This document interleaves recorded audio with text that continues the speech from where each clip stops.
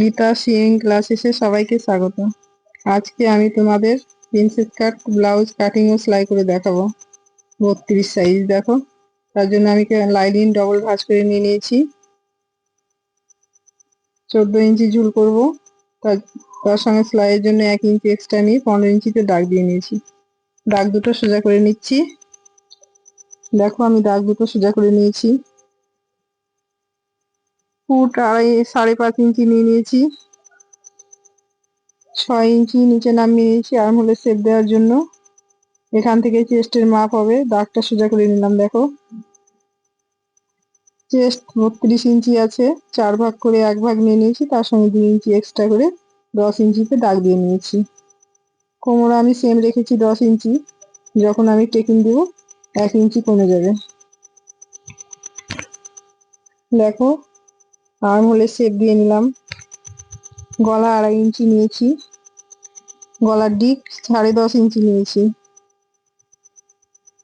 নিচের দিক থেকে 3 ইঞ্চি নিয়েছি। এবার দাগ দুটো সোজা করে নিব।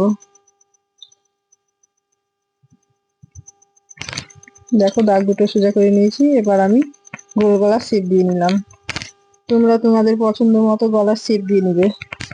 এটা আমি একটু পরে কাটিং করব, এখন কাটিং করব না, মেন ফেব্রিক বসানোর পরে।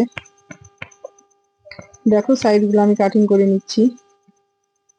এবার আমি সামনের পার্ট কাটিং করার জন্য 15 ইঞ্চিতে দাগ দিয়ে নিচ্ছি। দেখো দাগ দুটো সোজা করে নিচ্ছি।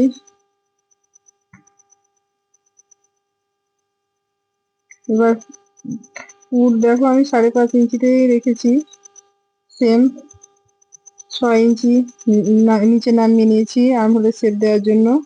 এখান থেকে চেস্টের মাপ হবে বলে দাগটা সোজা করে নিলাম। দেখো সামনের পেছন পাটে আমি যেমন রেখেছিলাম 10 ইঞ্চি সেম রেখেছি। কোমরের দিকে 10 ইঞ্চিতে দাগ দিয়ে নিয়েছি।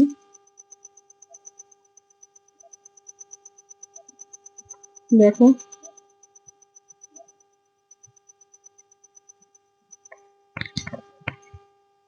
আর্ম হোলের শেপ দিয়ে নিচ্ছি।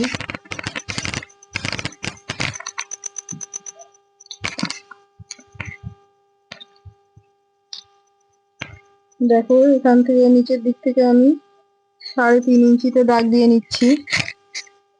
3.5 ইঞ্চিতে দাগ দিয়েছি আর উপরের দিক থেকে 10 ইঞ্চিতে। এখানে প্যাড অ্যাটাচ করব আমি।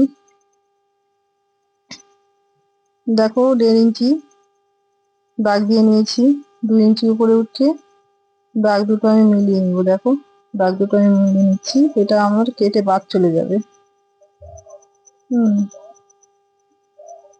আর্ম হোলের দিক থেকে 1.5 ইঞ্চি ভেতরে, যেখানে চেস্টের মাপ হয়েছিল তার থেকে 1.5 ইঞ্চি ভেতরে আমি দাগ দিয়ে নিয়েছিলাম। গলা 2.5 ইঞ্চি, 6.5 ইঞ্চিতে দাগ দিয়ে নিয়েছি সামনের গলা। নিচের দিক থেকে 3 ইঞ্চি দাগটা সোজা করে নিলাম।